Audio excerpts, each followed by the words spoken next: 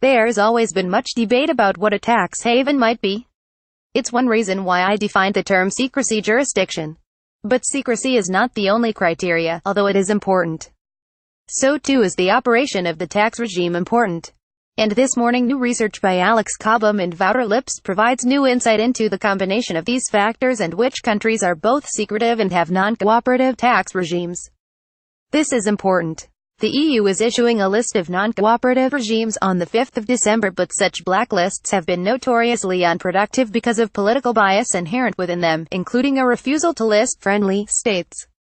That's why this new research is important. The authors say of it on the 5th of December 2017, the European Union is scheduled to release its blacklist of non-cooperative tax jurisdictions, or tax havens. With pressure building after the release of the Paradise Papers for decisive political action, media leaks indicate 53 jurisdictions have been given advance notification that they will be blacklisted unless they promise to change their tax rules.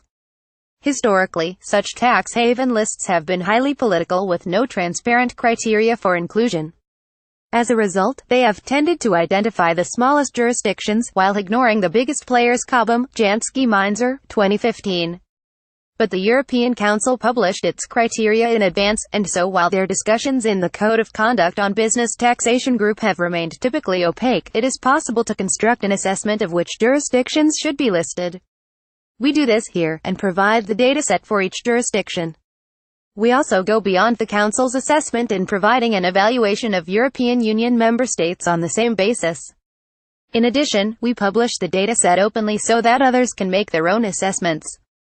In total, we identify 16 new jurisdictions which fail to meet the criteria, of which we think 41 should be listed, and an additional 6 EU member states: Cyprus, Ireland, Luxembourg, Malta, Netherlands and the United Kingdom. Full results are in Appendix Table A1. I recommend taking a look. There are surprises. Guernsey and the Isle of Man do not make the list, whilst Jersey and the UK do, for example. The authors add of the Council's 3 criteria, 2 are based on OECD criteria. We do not list low and lower middle-income countries on those criteria alone, since these countries had no effective voice in OECD processes. Another important flaw is that the second criterion is impossible to assess externally. By construction, it depends on data provided only to the Code of Conduct Group. Our evaluation here is necessarily subjective, although robust to criticism, as we argue.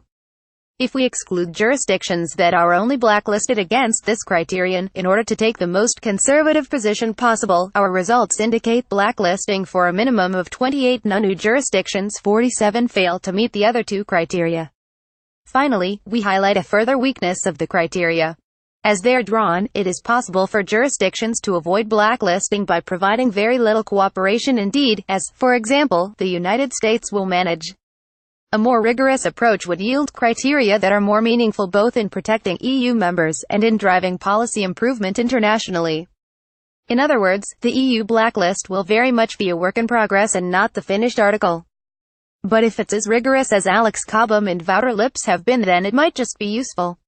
I define secrecy jurisdictions as places that intentionally create regulation for the primary benefit and use of those not resident in their geographical domain, with that regulation being designed to undermine the legislation or regulation of another jurisdiction, and with the secrecy jurisdictions also creating a deliberate, legally backed veil of secrecy that ensures that those from outside the jurisdiction making use of its regulation cannot be identified to be doing so.